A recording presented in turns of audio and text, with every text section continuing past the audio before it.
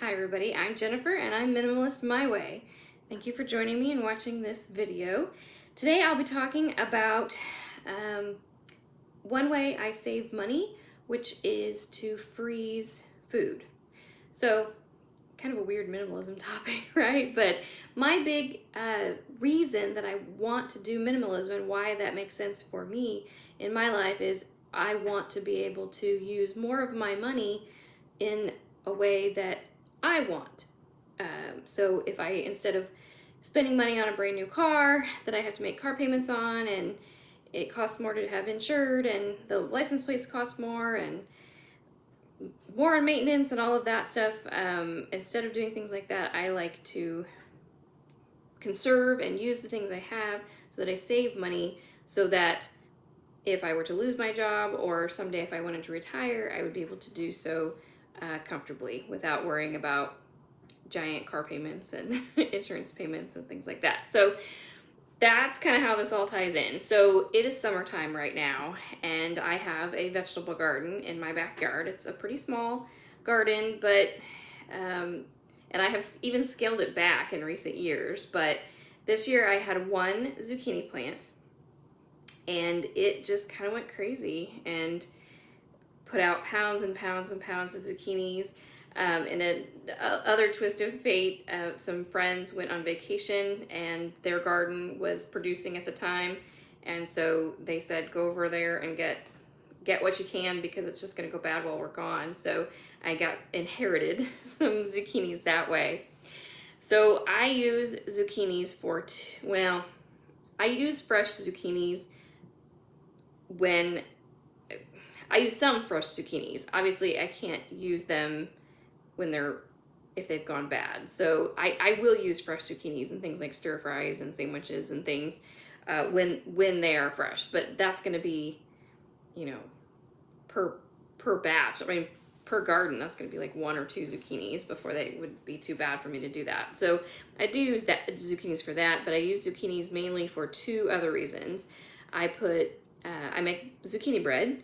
So I have shredded zucchini that I use. My recipe calls for 1 1/4 cup shredded zucchini per loaf. And then I also use zucchini in my oatmeal, which, stop making that gagging sound. It's not that bad. Zucchini doesn't taste like anything. So when you put it in oatmeal, it just tastes like water, hard water. I don't know. It doesn't taste bad, and it gets some extra vegetables in me because I'm not the best vegetable eater. So if you were curious about zucchini oats or zucchini oatmeal, Google zoats, ZOATS, and I'm sure a good recipe will pop up. But I use 1/2 cup of shredded zucchini in my oatmeal. So what I did is I took a lot of time on one Saturday and I shredded all of the zucchini that I was planning on using for bread or for my zoats, and I froze it. So this is going to be like a show and tell episode. So I just got this out of my freezer. So this is the 1 1/4 cup shredded zucchini that I would need if I was going to make a loaf of zucchini bread. So it's already shredded, it's already measured out, and it's clearly labeled, so I know what it's for. And then I just get this out of my freezer too. So this is the 1/2 cup. This is 1/2 cup of shredded zucchini, again already measured out, and this is for my zoats. So, and I use it straight from frozen when I do the oatmeal. So I mean, literally I'll just go down to the basement, get this out of my chest freezer, mark it off on the freezer inventory, very important, and throw it frozen into the oatmeal as it's cooking, and it's fine. So those are the 2 things that my family uses zucchini for that I am able to save and freeze. So I did that, and then I also spent a couple of different weekends baking zucchini bread, because I also freeze zucchini bread, and I love to have it. There's something about in the middle of January going and thawing out some zucchini bread and having fresh baked zucchini bread with fresh zucchini that I grew in my garden. in January. It's crazy to me. I also really like to have it in case I'm invited to a get together or a pitch-in, a potluck for those of you non-Hoosiers. Just something I would need to bring something for the hostess or something for everyone to eat, or just when I don't want to show up somewhere empty-handed.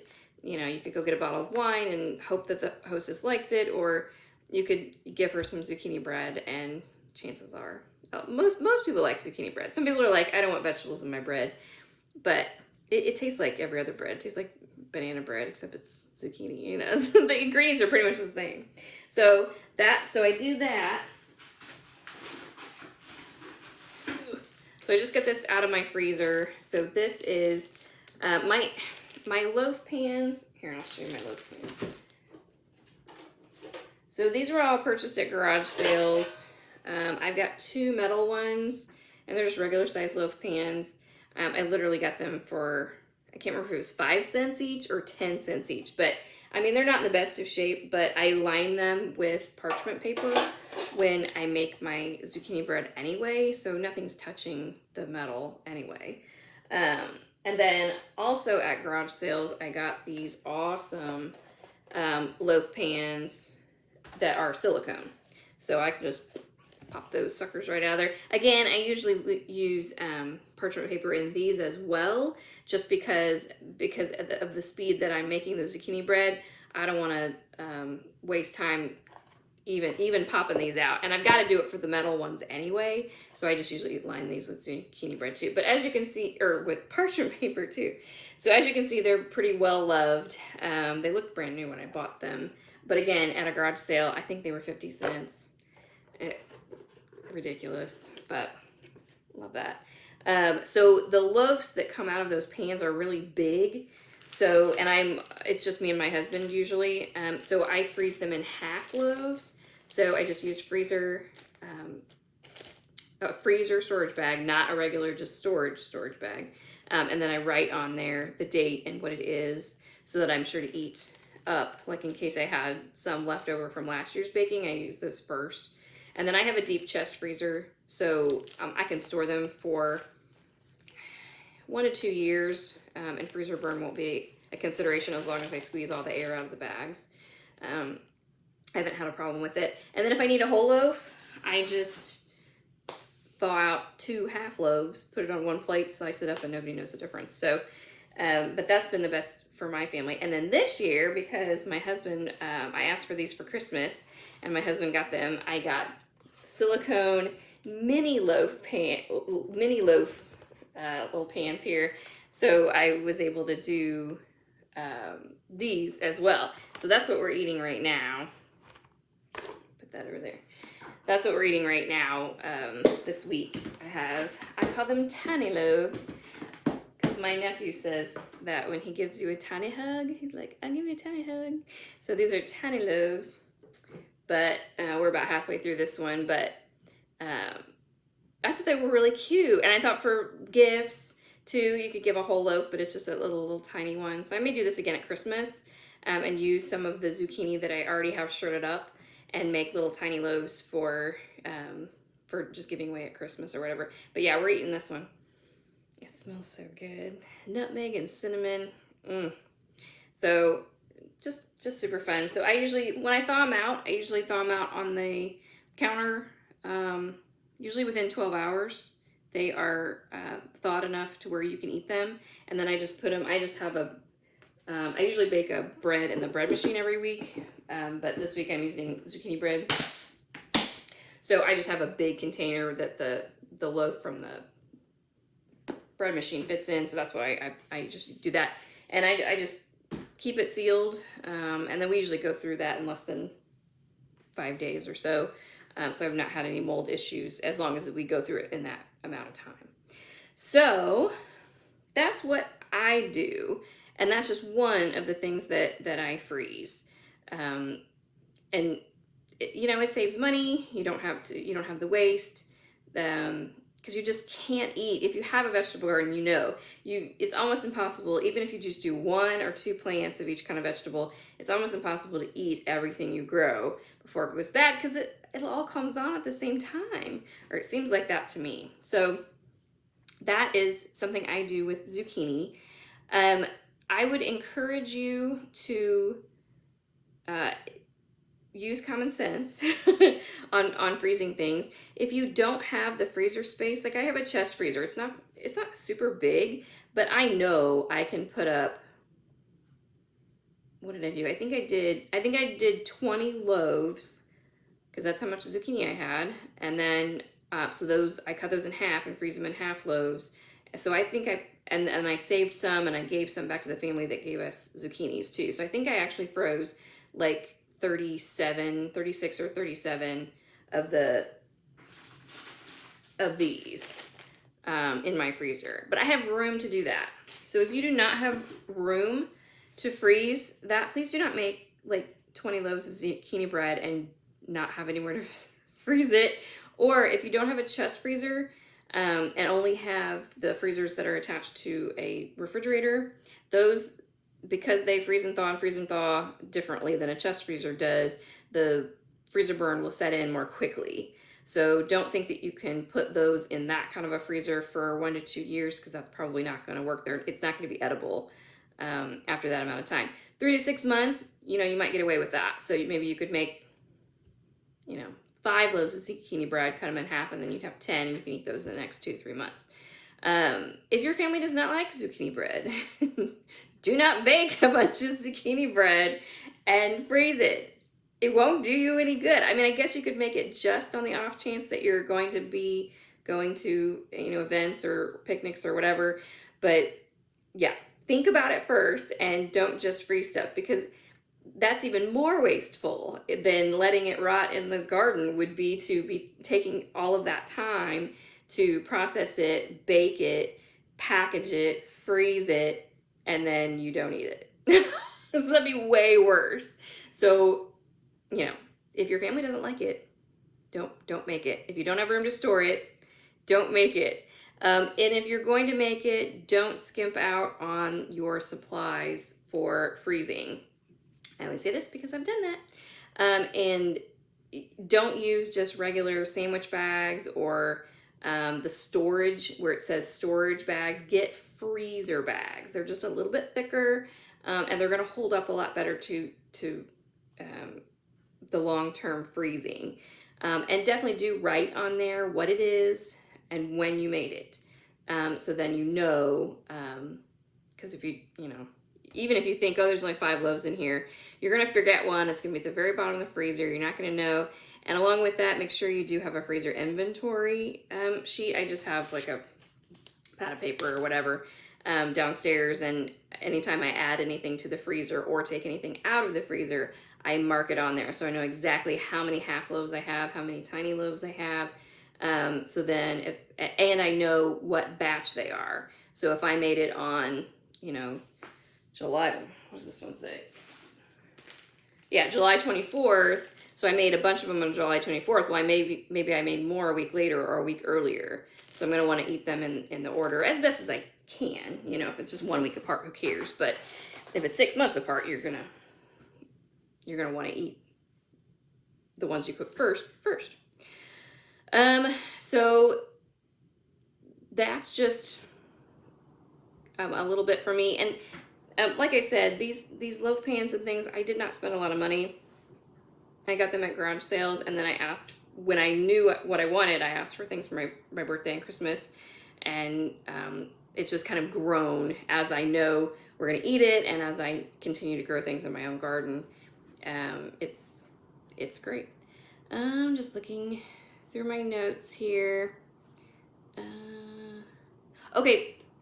The other thing I did want to mention, this is not just about zucchini, so hopefully you haven't turned this off because you're like, I hate zucchinis. I don't want to hear about freezing zucchini anything. You can also do this with obviously anything else in a similar situation, but you can also freeze on a really small scale. So I have, and I should have brought it in here, but I didn't, but I have a stasher bag, which is a silicone.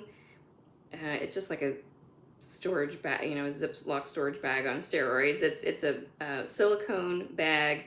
It's meant for freezing things long term. and I just have it sitting in the freezer that's attached to my refrigerator that's in the kitchen. And it's for when bananas are getting ready to go bad. So when we have bananas at the house and they have turned, you know, ripe and then overripe, it would be great if I could just take that banana right then and make banana bread with it, add it to oatmeal, you know, add it to smoothies.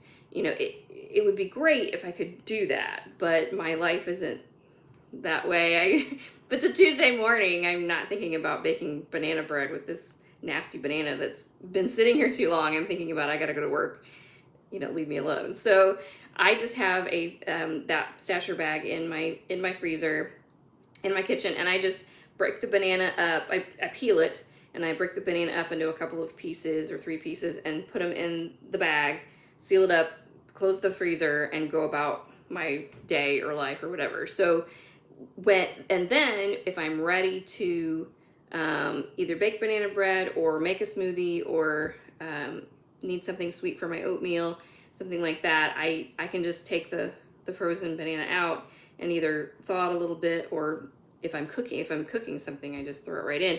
Or if you're in the blender, you know, you just throw it in too. So, and again, that's something very, very small. You know, hopefully you're not going to have overripe bananas every single week, but on the off chance you do, you can freeze them, and it's like magic. It like stops time, and you can still use this fruit that you paid money for that you just didn't happen to eat when it was in its prime, and freeze it, and then you can use it, and it's money saved.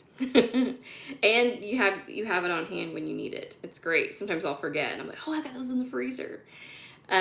So that's pretty much it on freezing. I do freeze a lot more things. I make my own applesauce in the crock pot and then in the blender, and I put that into jars and I freeze that. I do the same thing with marinara sauce for pizza or spaghetti. I make that in a crock pot and then put it through the blender and then freeze those. And anything that we buy either in bulk ahead of time. I know my husband likes lunch meat, and we get it at a certain store that it's the cheapest. So we'll buy, you know, 10 or 15 at a time and just pop them in the freezer. Cheese, I freeze a ton of cheese. So anytime like Aldi's having a sale on shredded cheese or blocks of cheese, things I know that we eat on a regular basis, I will just buy a bunch, as much as I have room for in my freezer, and pop them in there, and then just, you know, use them as I need them. Butter and margarine, I do the same thing. I freeze those, and a cream cheese. I freeze cream cheese as well.